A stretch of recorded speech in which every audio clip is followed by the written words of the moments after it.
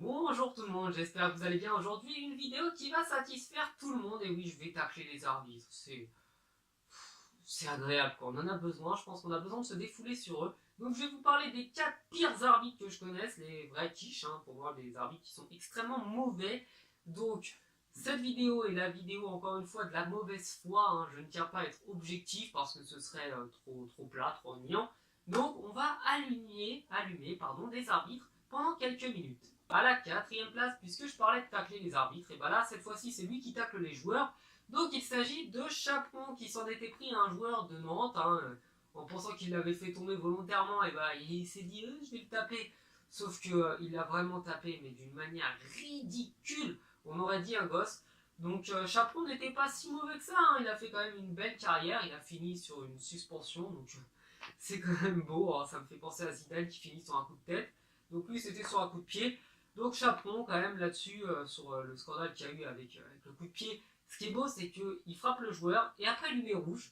Donc c'est quand même gonflé. C'était un grand match de sa part. Il a survolé cette rencontre. Donc Chaperon est 4e, mais pour moi, c'est pas le pire. Donc ensuite, à la 3e place, c'est Mazic, l'arbitre qui avait été élu le pire arbitre de la Coupe du Monde 2014. Donc il avait attribué lors du match Allemagne-Portugal, du coup, un penalty totalement bizarre, totalement injustifié pour l'Allemagne qui voilà, c'était un petit cadeau, c'était le cadeau de bienvenue dans cette Coupe du Monde. Et quelques temps après, il a mis un carton rouge à Pépé, donc bon, Pépé qui n'est pas un enfant de cœur, on le connaît, il a déjà fait beaucoup de mauvaises choses sur le terrain, mais là, il n'y avait strictement rien. Il a frotté la tête de Müller avec sa propre tête, et l'arbitre s'est dit oh, quel vilain chenapan, je ne puis-je laisser cela se passer sur mon terrain. Et hop, carton rouge, il l'a sorti, gratuit, comme ça, pour rien, il n'y avait rien. Et Müller qui fait des tours, oh là là là là, il a tourné, oh là là, il a fait des tours.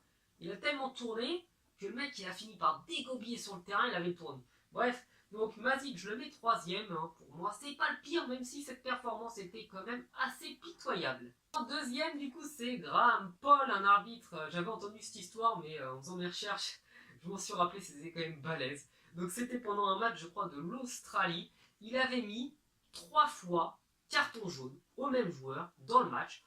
Donc je sais pas comment il a pu se débrouiller, mais il a mis 3 cartons jaunes à un joueur. Et il n'y a pas un de ses assistants qui lui a dit eh mec, je t'ai couré. Non, rien.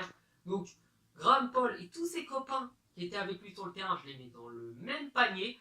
Donc c'est pas forcément une carrière mauvaise, mais c'était tellement ridicule que je ne pouvais pas ne pas le mettre dans cette vidéo des pires arbitres du monde. Et le premier, voilà. Comment vous dire, ce mec, faut pas qu'il remette les pieds à Paris, ni sur un terrain de foot. Et s'il a un minimum d'honneur, faut même qu'il se cache. Donc ce mec a laissé un but sur hors-jeu, le premier pour le 1-0. Soit. Ensuite, bon, le deuxième but, c'est un contre son camp. On peut l'accepter. Le troisième, c'est un penalty. Pas justifié, pas valable. Qu'on siffle. Sympa. Le quatrième, c'est un coup franc où il n'y a pas faute sur Neymar, mais on donne le coup franc. 4. Le cinquième, c'est à nouveau un penalty. Parce qu'on a on a frôlé, Suarez. Penalty. Et comme ça suffit pas, on se dit, tiens, on va mettre 6 minutes de temps additionnel alors qu'il y a eu à peine des changements et qu'il n'y a pas eu d'arrêt de jeu. On met 6 minutes. Et le dernier, c'est un hors-jeu qui n'est pas sifflé. Sur le but du 6e. Cet arbitre, on lui doit la remontada, qui a quand même été l'homme du match selon Marca, qui a été suspendu ou plus ou moins mis à l'écart par la FIFA pendant au moins 2 ans de Ligue des Champions.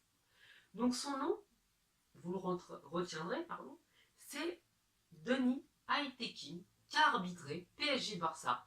Donc ce match, c'est une fumisterie. Piqué doit prendre rouge plusieurs fois.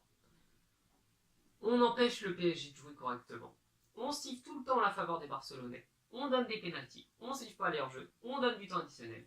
Et le PSG perd 6-1 et se fait passer pour des guignols.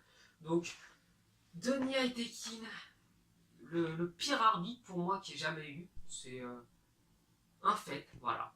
Donc peut-être que je suis parisien et que je suis pas objectif par conséquent, mais personne peut défendre cet arbitre. Donc voilà, pour moi, c'est le pire arbitre du monde. Je pensais l'insulter, mais non, ce serait trop facile de faire ça. Bref, du coup, je vous souhaite une bonne fin de journée au moment où vous regardez la vidéo. Je vous dis à la prochaine sur la chaîne, et puis j'espère que ce classement, où je pensais vraiment allumer des arbitres, vous aura plu. Et puis, eh bien, vous pouvez me dire ce que vous en pensez. Du coup, dans les commentaires. Ciao!